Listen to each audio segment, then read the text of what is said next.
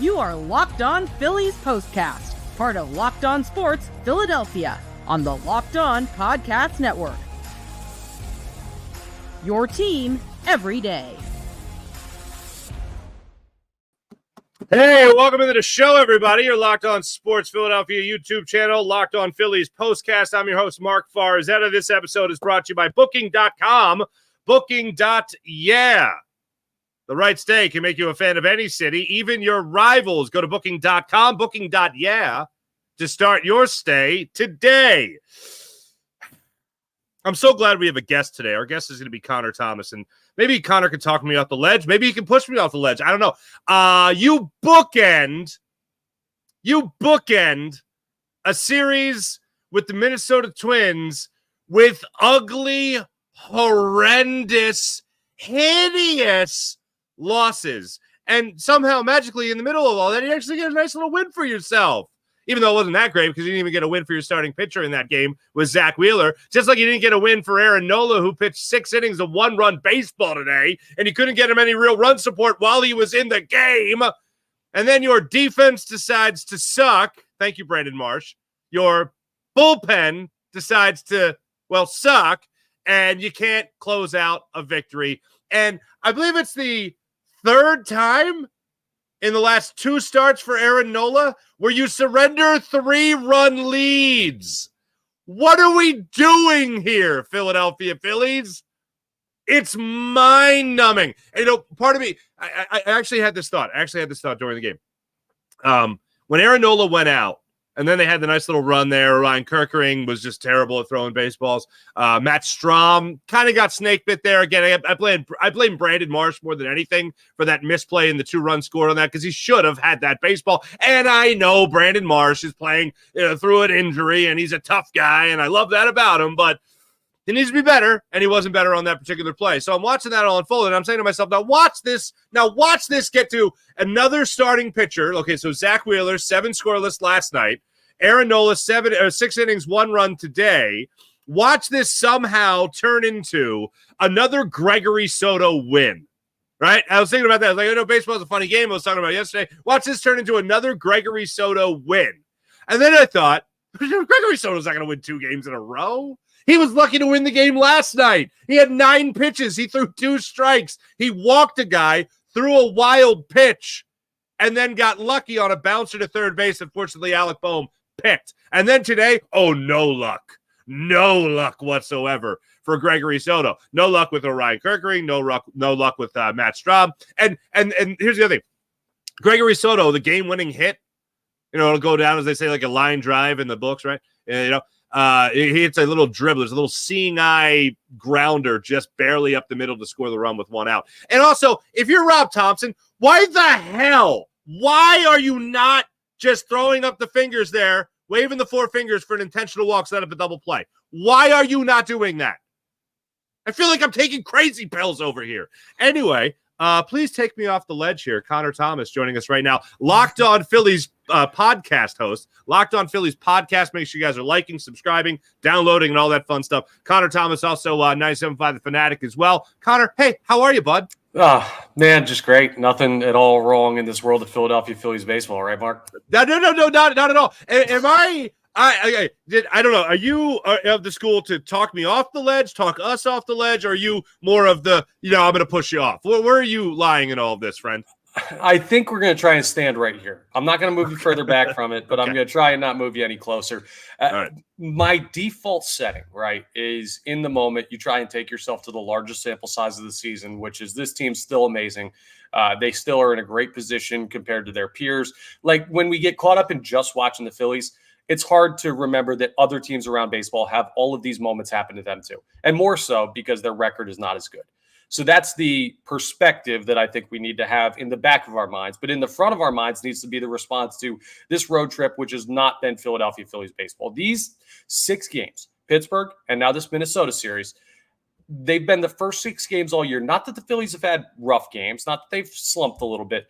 These are the first 6 games where I really questioned, is this the best team in baseball right now?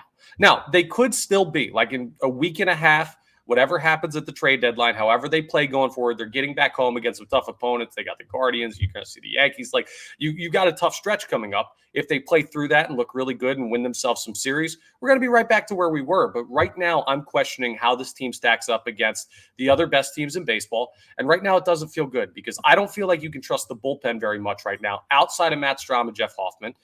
I don't feel like you can trust this lineup right now to consistently, I should say, produce offense.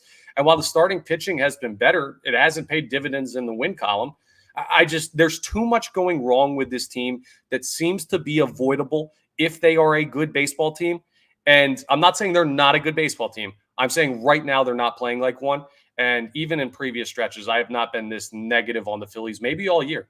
All right, Connor Thomas joining us here, part of the Locked On Sports Podcast Network, Locked On Phillies Podcast. Make sure you guys catch Connor every day. He's giving you a fine Phillies podcast, 30 minutes of just Phillies content with the piping hot takes and the stuff you need to know.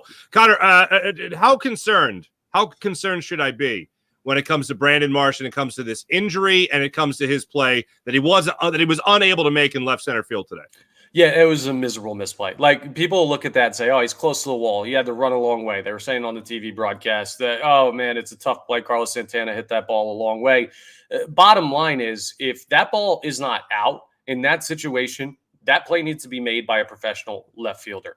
And whether he's playing through something or not, he seems a little bit banged up, like not himself. You can kind of get a vibe of when a guy is at 100%. And Brandon Marsh does not feel like he's at 100%. Is it right to put him out there then? You have other guys who can go out there and play left field. Christian Pache can't hit the broadside of a barn, but he can go out there and play. He can be a great defender. He makes that catch. I don't know enough about like Weston Wilson's defense to know whether or not he's able to make that play. Well, he missed one in almost the exact same spot last night, exactly. if you remember. Yeah. Right. And so I don't know that he's the right option, but you have other options, so you can't put a hurt player out there. Here's why the Brandon Marsh thing isn't too big of a deal. And I've been preaching this on Locked On Phillies, patience until July 30th, because this team's going to look different in less than a week ahead of the trade deadline. They're going to add an outfielder. Hopefully it's someone that either platoons with Brandon Marsh in left or starts over Yohan Rojas in center and creates the platoon in left of Rojas and Marsh. And then you're also going to hopefully fix your bullpen issues by going out and getting a premier arm to put back there so that the whole Gregory Soto needs high leverage innings narrative that Rob Thomson has been trying to push for the past couple of days. We could put that to bed right now, can't we? I know he's been good, but good in the 7th, good in the 6th is not good in the 9th. And we saw almost a blow up last night that, frankly, I don't know that he deserved to get out of. Alec Bohm made a great play. Like, there are some things that need to change. Luckily, we're at a point in the season where they're going to force to be making changes with the trade deadline. So that's another reason why I'm not moving any closer to the edge right now. They're going to make changes. All right, fair enough. We'll get to the trade deadline in a second here. As far as this game goes, would you have walked Kepler in that situation, or would you have pitched to him like they did to set up a double play? I honestly would have pitched to him. I understand what you're saying with putting on the double play, and that's smart to get that twin killing there to get out of it. But you have the lefty-lefty matchup. You kind of want to fight to a point where you can get – because even with let's say you walk in and put him on for a double play, that turn's got to be tailor-made. The Phillies – it's not the Jimmy Rollins, Chase Utley, Ryan Howard combo that they had in 08, 09, 10, like where everything up the middle was automatic double play. Like Stott and Turner are good defenders. They don't turn it as quickly as some other infields we've seen. So I would rather have a guy in Soto who has strikeout stuff, try and get that strikeout so any out gets you out of it. But I wouldn't have argued with the decision to do that. That's just not at the top of my list for issues. Maybe higher up should be the fact that we've had multiple guys. I don't know who's advertising on the backstop at Target Field, but they got their money's worth in this series thanks to the Phillies bullpen. There are so many balls that just went whizzing straight through to the backstop on the fly. You don't see that at the major league level. You can't win series if you do that. Connor Thomas also hustling a third side hustle. Selling advertising at Target Field in Minnesota. That's right. It's still Target Field, right? That's one thing I haven't caught. Okay, just making sure. All right. You mentioned the trade deadline. Number one priority, bullpen. Number one priority, a bat and an outfielder combo. What are you looking for? Bullpen first or outfielder? What's your order there? Honestly, it was outfield all year until like the last week and a half. And maybe it's silly for me to change everything based on a week and a half of baseball, but it feels right now that this bullpen, if you're going into a playoff series with the arms you currently have available, do you feel good about anyone besides Strahm and Hoffman? Like, I don't right now. And Strahm has even kind of gone by the wayside a little bit. Hoffman has been great. Strahm has kind of been inconsistent. But other than those two, no, I don't feel great about anybody. So that's why bullpen has moved into my top priority spot. And when I look at a guy like Mason Miller that's available, he's going to cost you a lot.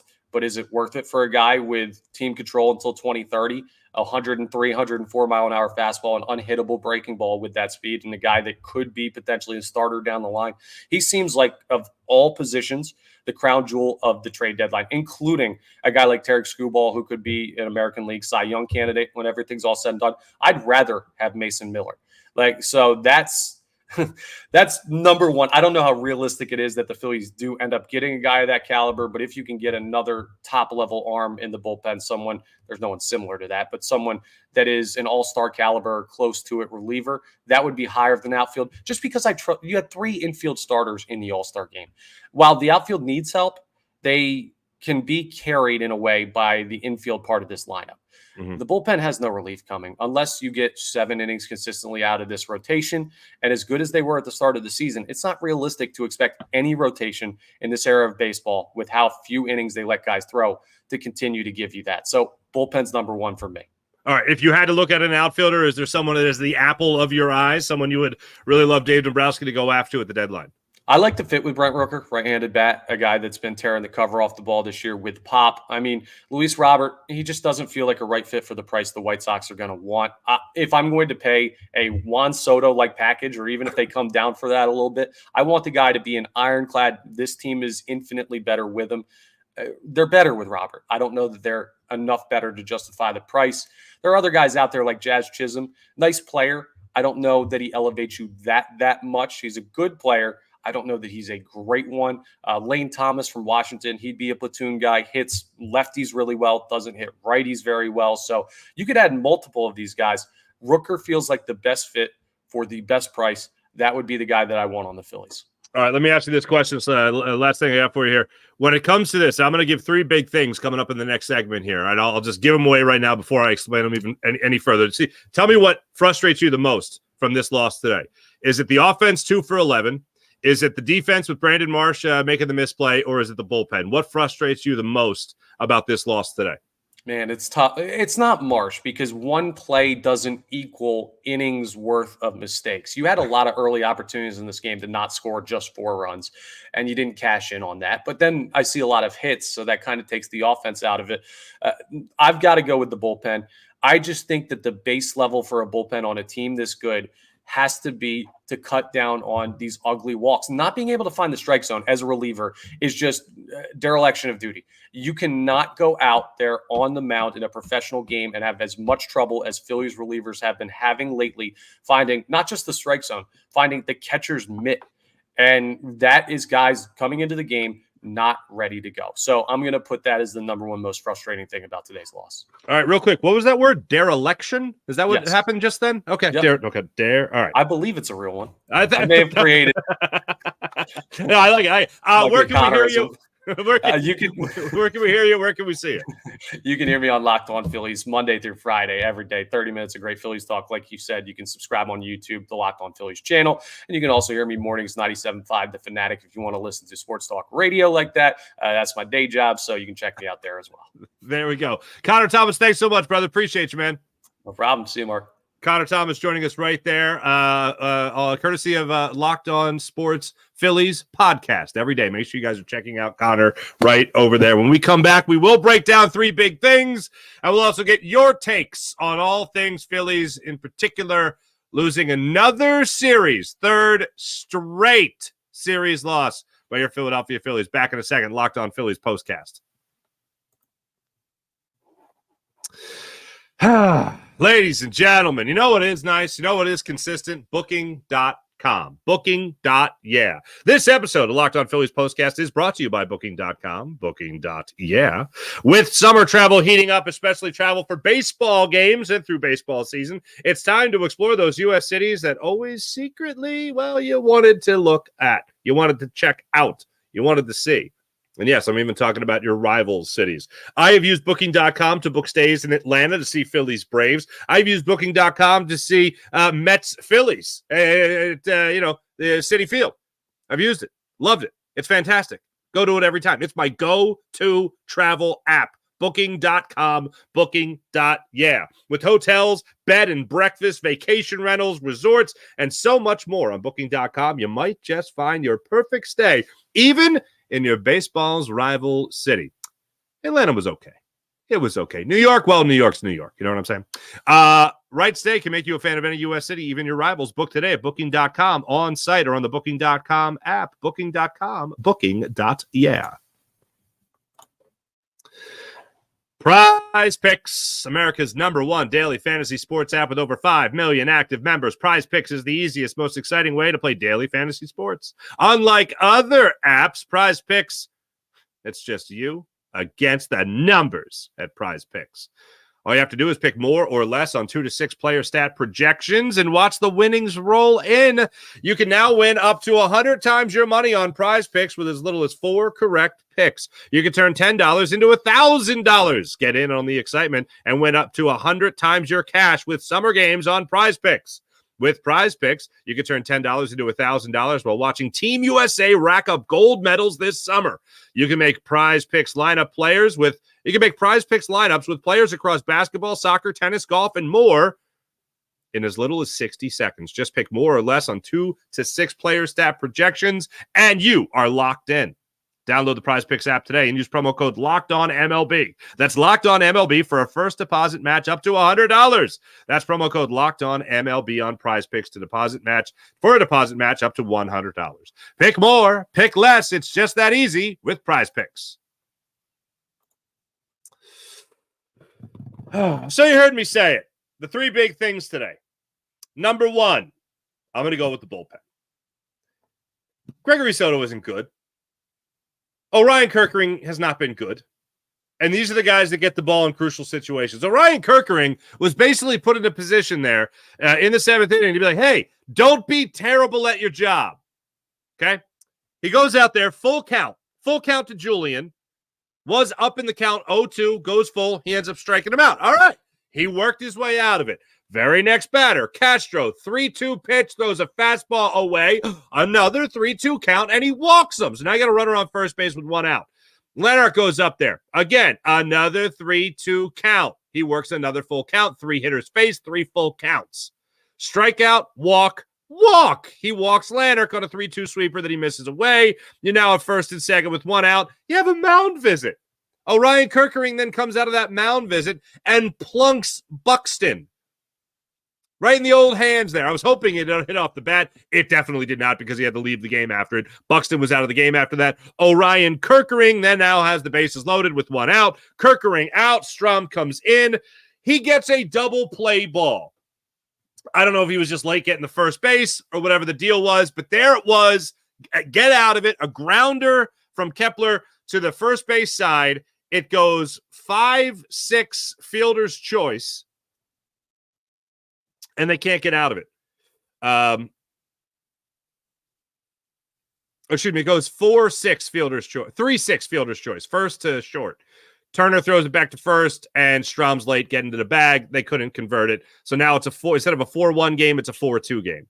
Then Santana goes up there, and this to me was the play of the game, and this takes me right to number 2, which is defense. Brandon Marsh. What the hell, man? He's 1,000 times better than that. I think he is a more than solid, more than above average. I think he is a really good defensive player. I don't know if there's something weird in that angle because, like I said, Weston Wilson missed the ball in that exact same spot. I expect that from Weston Wilson last night to miss that ball, hit the left center field. I don't expect that from Brandon Marsh. And if he is not healthy, he shouldn't be playing. And at that point in the game, you got a 3-run lead. You're in the 7th inning. Let's get in a defensive replacement. Let's get in Christian Pache.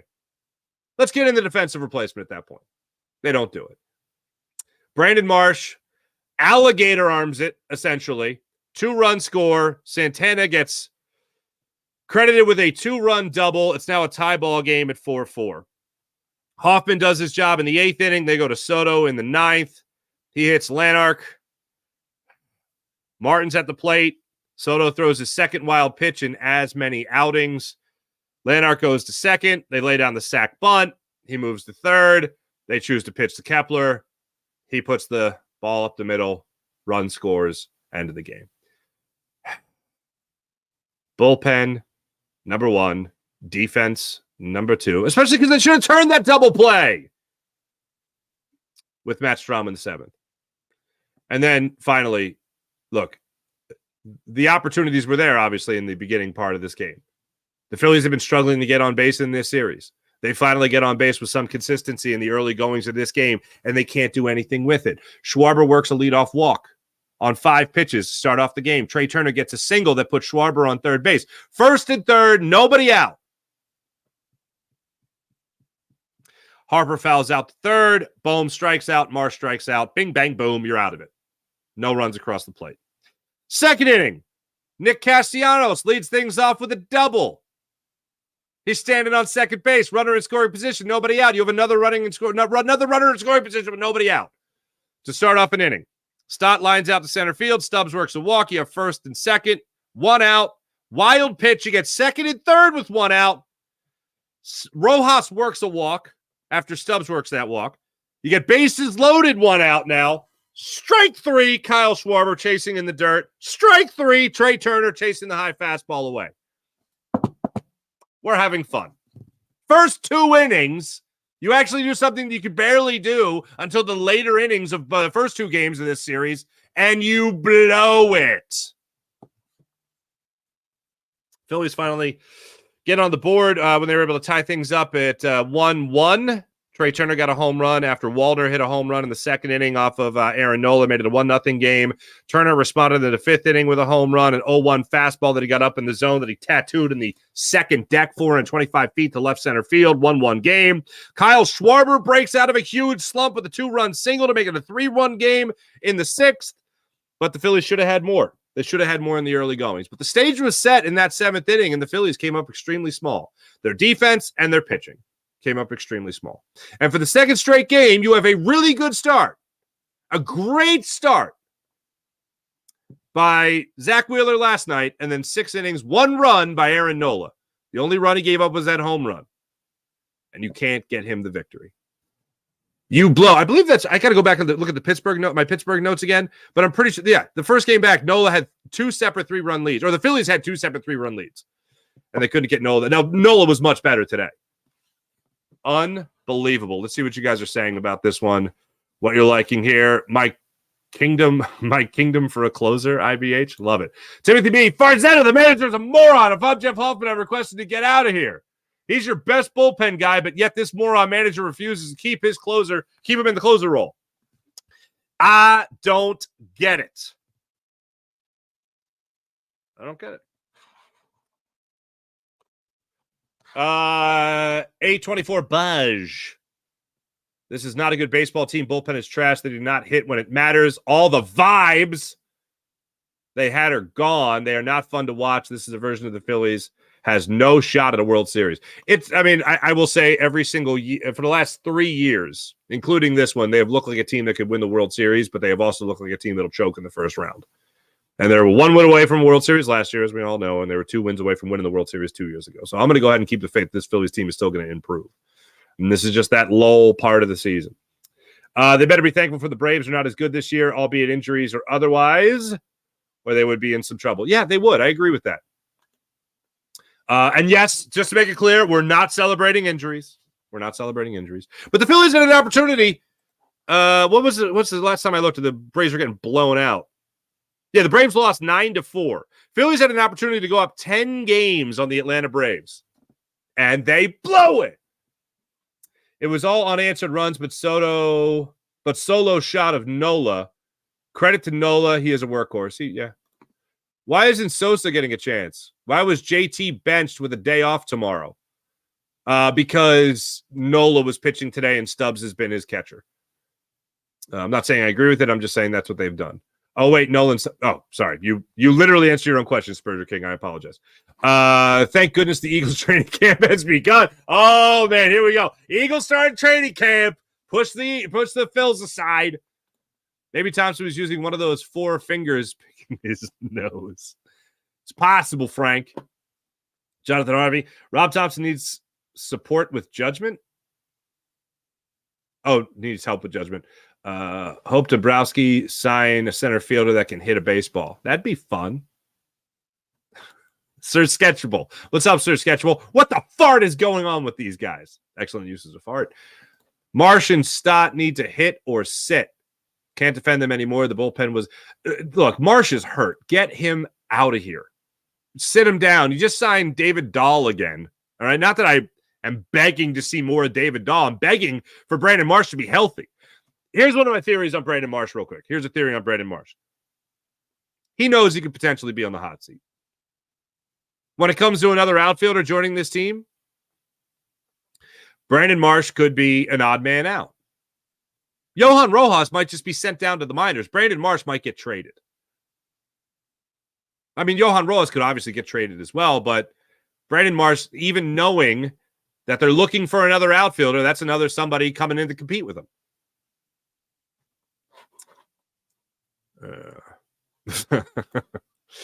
John Marinelli, we're not back, baby. I know. Nathan Wingard, what's going on? I stopped watching the game when I found out Soto was pitching the 9th. My wife asked where I was going, and I said, game over. So we have the worst bullpen in baseball. It certainly feels like that now. Spurger King, Miller, or Rooker, or bust. Jonathan Harvey, the bullpen is failing. Save Hoffman. I'm with you there.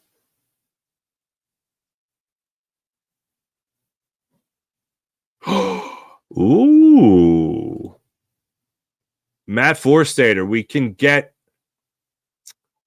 with 2 trades, Miller and Rooker and Robert and Crochet, whatever. But you have to be willing to give up Real Muto and Marchand. Oh, and have Marchand start, give up Alvarado and one top. I still don't think nobody wants Alvarado right now. And this Phillies team is not trading JT Real Muto. And I'm not ready to trade JT Real Muto. So double no from me. But they are going to want prospects. Plus, the A's are going to want prospects. They want guys to develop. Then we have the rotation of Wheels, Sanchez, Walker, Turnbull, and Phillips.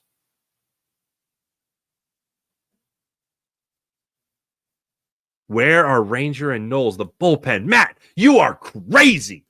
You are a crazy man. You're with your 1T. Anyway, thanks to everybody in the chat. You guys are great as per usual. We come back. We know what we're going to do. We're just going to bask in the idea of an off day. That's what we're going to do. We'll be back in a second. Locked On Phillies Postcast on the Locked On Philadelphia Sports Network. Hey, the Phillies could turn it around, and if they do, don't you want to be at a game? Phillies are coming back home for 6 games. 3 against the Cleveland Guardians, who are better than the Twins. They're also one of the best teams in baseball. And then the Yankees. If you want to go to either of those series, download the Game Time app to your phone. Create an account. Use promo code LOCKEDONMLB. That's Locked On MLB. Terms apply. Again, create an account. Use the code LOCKEDONMLB, LOCKEDONMLB, for $20 off your first purchase on the Game Time app. Game Time is an authorized ticket marketplace of Major League Baseball, which makes getting tickets faster and easier. Prices on the Game Time app actually go down closer it gets the first pitch. With killer last-minute deals and all-in pricing, views from your seat, and the lowest price guaranteed, Game Time takes the guesswork out of buying MLB tickets. Now, what does it mean to have the lowest price guaranteed? Well, it means on the Game Time app, if you find tickets in the same section and row for less money elsewhere, the Game Time app will get you back. They'll credit your account 110% of the difference. That right there. That is the Game Time guarantee.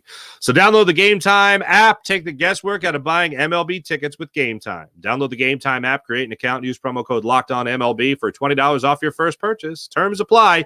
Create an account, use promo code LOCKEDONMLB for $20 off your first purchase. Download the Game Time app today. Last minute tickets, lowest price guaranteed. You need it. I need it. We all need it. Phillies sit at 64-38 on the season. They'll be back at it Friday night, 6:40 start time against the Cleveland Guardians. That's when that goes down. Ben Lively, former Phillies pitcher, Ben Lively, right-handed pitcher, 8-6 on the season with a 3.57 ERA. He'll go up against Christopher Sanchez, 7-5, 2.97 ERA on the season. The All-Star, Christopher Sanchez. Christopher Sanchez coming off a nice showing against the Pittsburgh Pirates in his last outing. He went 5 2/3, 8 hits, 2 earned runs, did give up a home run, struck out 2. Phillies were unable to win that game, unfortunately. But he'll be back on the bump for the Phillies on Friday. Enjoy the day off, everybody. Programming note, first off, thanks to Connor Thomas for joining us. Make sure you guys like, subscribe to Connor Thomas when it comes to the Locked On Phillies podcast. Also, no show Saturday. Connor can't do it. I can't do it, unfortunately. So just a programming note, no Postcast Saturday night. Thanks for watching. Thanks for listening. You guys are great. Be back with you guys on Friday, though. See you guys then. Have a great rest of your day, everybody. My name is Mark Farzetta. Make sure you like and subscribe to Locked On Phillies Locked On Phillies Postcast. See you guys on Friday. Bye.